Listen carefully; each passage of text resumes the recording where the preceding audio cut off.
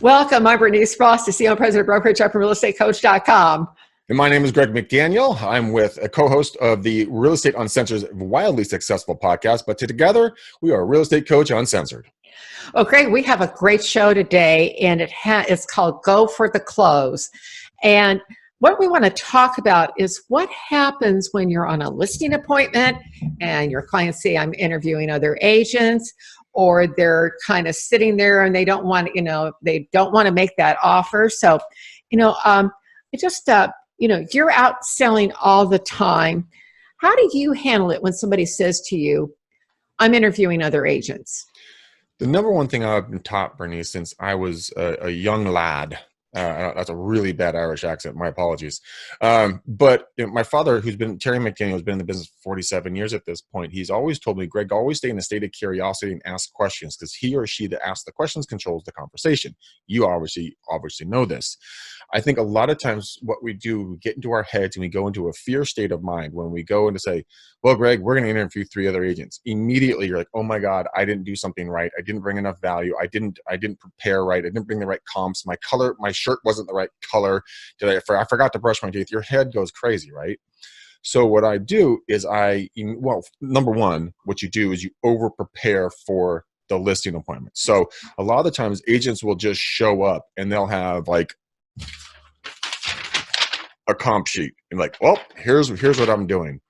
There's a lot of ways that you could go and you can do a quick little video out in front of their house, put a little text on it and give them an idea of how you can do some marketing for them. You can go over and above. I use RPR. I love the RPR product that's here in the States. And it's really easy to put comps together and put a detailed, I can put a comps about the house. I can put comps about the market. I can put a comps about the neighborhood, put it all together in a nice color, package, because I think the number is people remember color 78% more than black and white, and it just looks more professional. So go over and above. And then once you're in there and you're sitting down and you've handled the objections, then you say, we're going to interview 3 other people. Just ask them, is there something that I have not presented to you? What have I not brought to you as value? Well, let's start at the top and work our way down until you hit that area where I didn't bring value. And really get to know, because a guy, Howard Britton, who obviously, Bernice, you knew Howard, Star Power, great guy, died too young, but he would always say, go 3 deep. And going 3 deep is when they give you the question like, no, okay, why? No, why? And go, why? At about the 3rd, question deep, you're going to get the real reason why they're doing So, something. Greg, let me get you to pause here for a couple minutes, because first of all, the 3 deep is really a great approach. But for me, I never want to ask why, because it puts the client on the defensive. So, okay. So the thing I really liked about what you said, and I want to go back to, everything hinges upon being prepared first. Yep. Before you walk in, because then I've trained this for over 25 years, I used it when I was selling. My conversion rate was 92-93% on listing appointments, and it's just stuff that I learned from being at Douglas when I was there, and it works. And I train our agents to do it, and we have 50-70% market share, Beverly Hills, Brentwood, Bel Air. So anyway, it works. But here's the trick. So the first thing you need to have is you need to have a USP, a unique selling proposition. Mm-hmm. I like to call it a unique value proposition that you have prepared. And you hit on a very important point. First of all, you want to have the RPR. This is NARRPR.com. Mm-hmm. That's from the National Association of Realtors. It's a free service. They print these beautiful reports. So way more powerful than just showing up with a single page. Way more. Second site that we've talked about on some of our previous shows is homedisclosure.com, which gives some more facts about and things that you may want to talk to them about. Are they in an area with radon where you have to disclose? Is there an earthquake risk? What are the issues there? Those are things to have a conversation about. But then I want to go to my marketing plan. And the way I lead into that, my conversation is, I open with a question, and I ask like 8 questions on my listing appointments rather than talking to them about what I do. And going on and justifying that, I want to say, Greg, I assume that your goal is to get the highest possible price in the shortest amount of time for your property. Is that correct? Yes. So, and you want to get as many yeses as possible. Now, I've had 2 no's in my life on this question. Both of them were divorces. Absolutely not. Don't want to get anything. That's funny. That's funny. I hate to say it's true. It is true. People are in an altered state of mind no, at they that do point. stupid stuff. Divorces make people crazy. You need to have an iron stomach on that. But then you want to go, and you want to have this printed out ahead of time, so you'll have a list of the things that you do. So I like to talk about the 4 Ps, what everybody does to put your home on the MLS, put a sign in the front yard. They put it out on the social media, maybe. And they pray it sells. Oh, they pray that it sells. That's good. Yeah. So anyway, but the bottom line is here, you need to, it's like you want to do things that are different. You're always looking for something that is different. So one of the things that you suggested is that you said this business about, taking a video. Brilliant. Go out ahead of time, take a video, but take it one step further. Take a photo and have your brochure ready to go when you walk into that appointment so that they can see what this would look like. Then this will take you 5 minutes to do. You can set up a Facebook business page for their particular property. And then you can post those pictures there. And when they see you have, so here's my social media marketing plan. I've already set up your Facebook business page that we can use to display photos, videos, things about the area. You can upload videos that you may have taken. If you haven't taken videos of your area, those things work. You've got these other facts. But the idea here is maximum exposure creates maximum price. Yeah. And the thing right now that, you always want to do is, people get caught up in shiny object syndrome. It's like, what's the latest, greatest thing that's going to make me stand out? Greg and I have been having conversations about being on TikTok. That may be, if you've got a TikTok video, you've got somebody who's younger and think that, they think it was cool, maybe you do that. But I think Instagram stories is another place. So you've got your Facebook business page on Facebook, and then you do a little quick Instagram video, real quick. You've gone out to the property. Maybe you type with a couple local things, something about the school, but just super short and sweet. And you show them that you already know how to market. You're going to stand out. You only need to do 2 or 3 things that nobody else is doing. And those 2 or 3 things will be, that will essentially, work. So you go through this and, you want to ask is, one of the things you want to ask is, which of these services would you like in marketing your home? And then you say all of them. So at that point, what do you say when they say that you are, well, Bernice, we have appointments with 3 other agents. You know what? I'd be happy if you wanted to give me their names and numbers. I'd be happy to give them a ring and let them know that they've already selected an agent. I will take that pressure off. That is one of the best closes ever because, and it works. I've used it a bunch of times. However, most of the time, and if they say, well, no, we don't feel comfortable with that, I say, I really respect, your integrity in terms of keeping the, wanting to maintain the appointment. And then at that point, you want to schedule an appointment. After you see the last person, I'd love to meet with you to see if there's anything else that I need to provide to help you get your home sold for the highest possible price and the shortest amount of time. Does that work for you? Oh, see, I was just going to stand out in the front porch with a shotgun. But I mean, I think yours is pretty good too. And now the thing I love about Greg, this is just, you could actually, if you have the right kind of personality, you could say, well, I could just stand out in front of the porch with a shotgun. Actually, I've heard one of my friends actually went on a listing appointment where somebody was sitting out in the front. And it was a meth house. Oh, jeez. Just a crackhead just running around like cockroaches. Oh yeah, with the big dogs. And apparently there was a raid about to take place, and she's, they say, yeah, I guess you're going to raid us or something. You're like, what? So all joking aside, this is another thing that you guys can go out and get. This is called an Insta360. It is little camera that you fireport it onto your iPhone. And here, let me show it to you really quickly, because this is something that's really interesting that not a lot of people do. And it's something that you can, come here, phone. So this goes on my iPhone? Yeah, so you have your iPhone here. You have your fireport right there, right? So you just take this guy and then just click it in. Yeah. And now, this is what the system's going to do. It's going to start up, and you are going to be able to, I'll show it to you as it comes up. You're now going to be able to, now you can film the room in 360 degrees. So you can go and take photographs or videos of the property in a 360 degree format. You can I think you can stream this live to Facebook. I know you can upload it live. Yeah, you can go live to Facebook, and you can go live on 360. But the cool thing is about this product is that, dude, it's like $100 or something, right? $100? It's not much.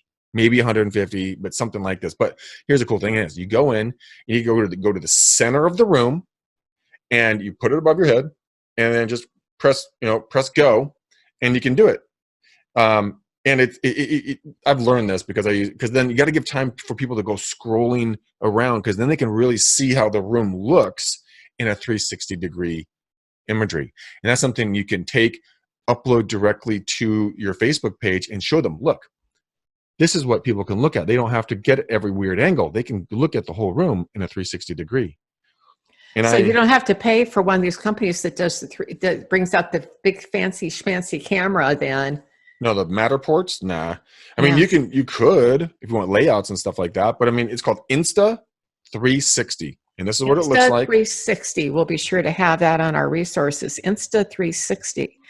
And see, this is my definition. Now, to me, this is my definition of, something that is going to make you stand out from the competition, because when they see that, and that you can post that live right to their Facebook business page that you just set up. Mm-hmm. Or you could do that on TikTok. I think you found a way that we can just use TikTok here. Is Mm-hmm. that can, I'm out on a listing appointment. Hey, what do you think of this? Take a look at this house. I mean, I see a lot of applications. Just kind of talking about this, Greg, is there anything that pops to mind for you? Because I mean, I thought that was a brilliant idea. Yeah, I mean, there's so much stuff you can do. I mean, I haven't been on it for a hot minute because I kind of forgot I owned it, to be honest with you. But what I used to do is I would go live on Facebook, and I would take a tour through my new listing, and I would start out in front, and I would say, hey guys, this is a 360 tour. Feel free, use your fingers, scroll around so you can get the 360 degree view. Please post any questions about the property, yada, yada. And people really got excited about it. One, it's new and shiny. It's not the shiny object syndrome, but it's new and shiny. Like, no one else is doing this, right? So might as well take advantage of it. It's something that's completely different. You can use it on listing presentations. You can use it on buyer consults. Like, hey, if you live, because I live in Northern California, if you live in San Francisco and you're moving out to Walnut Creek where I live, why don't I just go do a live 360 tour just to you, and you can get a full view of what this home feels like. There's so many different ways that you can handle this stuff. And it's not that I'm the smartest, sharpest tool in the shed. It's just that I listen to a lot of smart people, and I pick up little tips and tricks on how to do things. So if you want to try it in some way, go try it. Go get weird with it. Go have fun. Nothing you do is going to be wrong. I mean, I can think of a few things to be wrong, but don't do those. But just go out and, just film it. And just, yeah, and I'm ranting at this point, but yeah. Well, no, but the other thing I'm thinking, this is ideal for relocation clients. I mean, how many times have you schlepped relocation clients all over everywhere? And you could do a series of these, just, let them see, okay, here's the property, here's the park across the street, here's where the school is. I mean, you can give people, and once you shoot, like the park and the school, you only have to do it once, and then you can load that into into Instagram or even on YouTube, if it's edited. I mean, there are a whole lot of different things that you could do with this. That's a really good thing. You could take it for YouTube and do neighborhood. Like I did one, I went up to the top of a big mountain called Mount Diablo near us. I went to the very top. I just held it up there, and then we videotaped it, and you could see the whole valley. I drove across the Bay Bridge, went through San Francisco, drove downtown Walnut Creek, with holding up through my sunroof, and then dubbed in music at the end of it, dun dun dun dun dun dun dun dun dun, Rocky theme or something, there's just endless stuff because it's engagement is what you're looking for. I spoke with the Altmans down in Australia a couple of years ago, and I was listening to them speak in what their unique proposition was, and this is so true. They would go to, I don't know, $20 million, $100 million listing, right? Like the big properties, right? And they would go through their presentation, and then Josh's brother would say, you know what? Let's go see what your home looks like from the air. Come outside. And the inner 10-year-old and every human being, doesn't matter how many zeros are in the bank account, comes out because they went out and got a drone and they flew the drone. And everyone's like, ooh. They crashed 2 of their 3 drones, but at least they had 1 left. But I thought that was a fascinating idea. I was filming for a TV show last year, and the videographer brought out the drone. The inner 10-year-old came out in me. I was like, ooh. And they don't cost that much anymore. And you can really do something unique like that. That could be another thing you do. Take out your drone at your listing appointment before they shoot you down and say, let's just take a quick look. Yeah, there's some restrictions on flying those in a lot of areas. So be sure that you know what you're doing before you send it up in the air. I think it's 400 feet from the highest point. But I mean, if it's just literally like up, point at the house, down, I mean, obviously, look at your laws. Make sure you're in compliance. If you need to apply for an FAA license, make sure you're not flying it near airports and restricted air zones. But it's a fun idea. So, anywho, well, I think this is really so important, though. This idea of having this, of doing it. Like I said, you only need 1 or 2 things that you do that are different, that give people that wow factor. Mm-hmm. And there's so many other things, just, some of the new AI technologies that, that actually convert leads for you 24/7 because they're acting like, they're literally a virtual assistant. Mm-hmm. Some of them even have names, but it's just all interactions with the algorithm that's talking to you and asking you questions through your chat box. So, Greg, what do you do when, I guess let me go back around here. What happens is when we they say they're going to interview other agents, or they say that, I always like to come back to this notion of, like we've given them this 90-day marketing plan, but then you would say, well, if you're interviewing other agents, ask them about their, about their unique selling proposition, their unique value proposition, you should say, UVP, not USP, but your unique value proposition, and see what they're going to do to get your home sold for the highest possible price in the shortest amount of time. And they'll probably do that. And by the way, Greg, what's your strategy if somebody if you want to be first agent, second agent, last agent, which one would you be?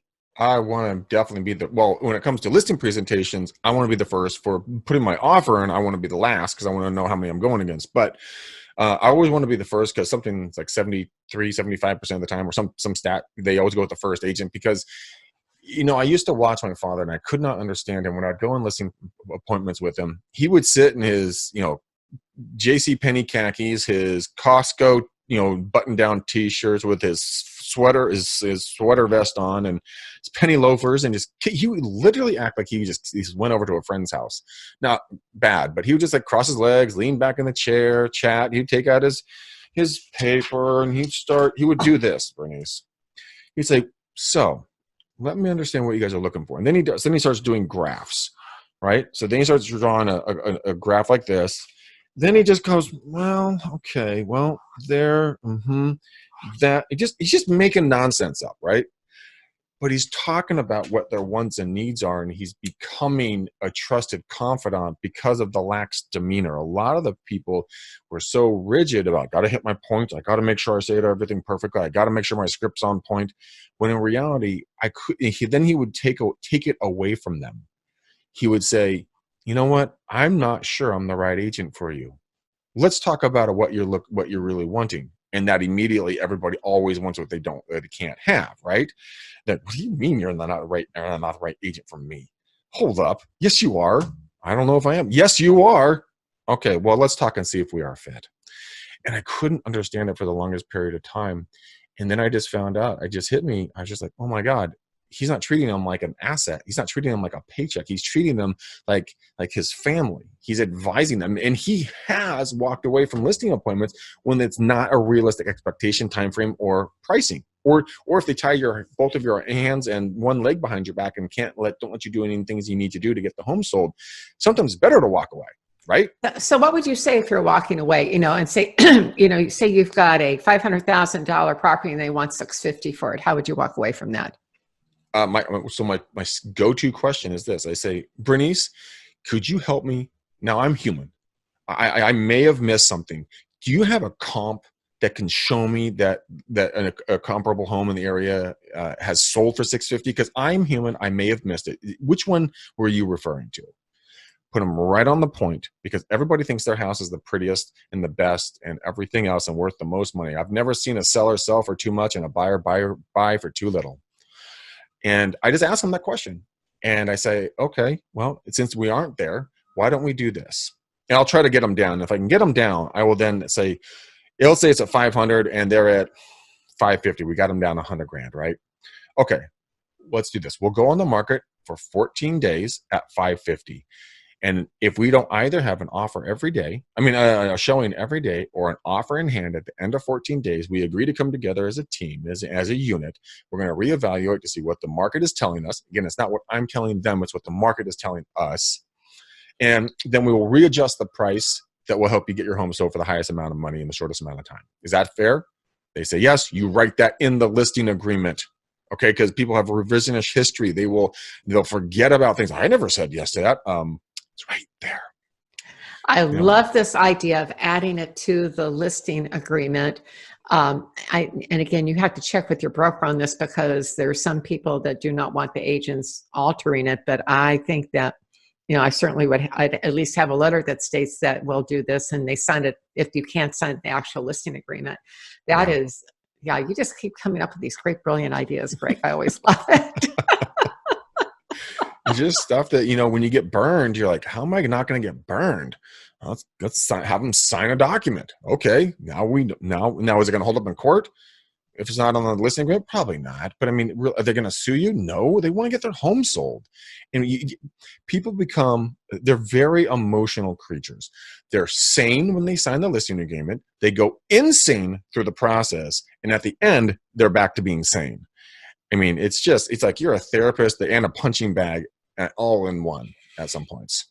I think, if you're a good realtor, you're doing a lot of counseling along the way, holding people's hands. I'm curious, because something I've always found in my business, and I see if your stats similar to mine.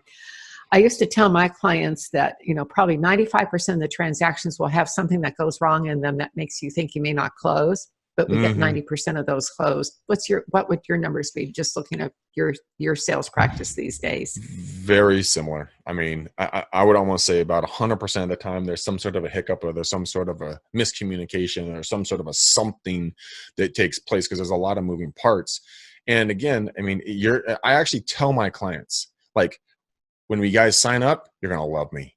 You're going to hate me at some point during this whole transaction, but then you're going to love me at the end. And what I do when I use that verbiage, Bernice, is that when the hard times come, I just refer back to the original conversation. I say, Bernice, remember when I told you you're going to hate me at some point? Is that right now? No. I love that approach. It's the first time I've ever heard it, Greg. Well, I think, we need to wrap this up. So final thought of the day. Don't get emotionally attached to the outcome until you've done your research. And if you're going to go in there and you're going to pose as a professional, you need to think of how you would want to be treated and how you'd want to be approached. But then also there's a double-edged sword to that. If you're a high D, like I am, like one just punchy, or you're going up against someone who, what is it, an S, the one that wants everything explained in great detail? Yes, S and C's. The C's are detailed. S is steady. They are slow to like you. They're slow to trust. We're talking about the DISC is what we're referencing. D is get it done, get on my way, I'm going to run you over. The slow to like you and slow to... The S is steady, compliance, and the C is the, I think accountant, engineer. So, you've got the CEO type, which is get it done. A lot of times high people skills. The the C's are the engineers. They need all the details. So you want to give them detail. And again, that's one of the reasons it's smart to have something in writing that they can look at, that they can see. Excuse me. And it's another reason it's really smart to show them so that they can have the experience rather than just talking about it. So, Greg, this has been a great session. I want to thank everybody for joining us today. I'm Bernice Ross, the CEO and President of Brokerage Up from realestatecoach.com. And I'm Greg McDaniel with Real Estate Uncensored's incredibly successful podcast. And together, guys, we are Real Estate Coach Uncensored, and we look forward to seeing you on the next video.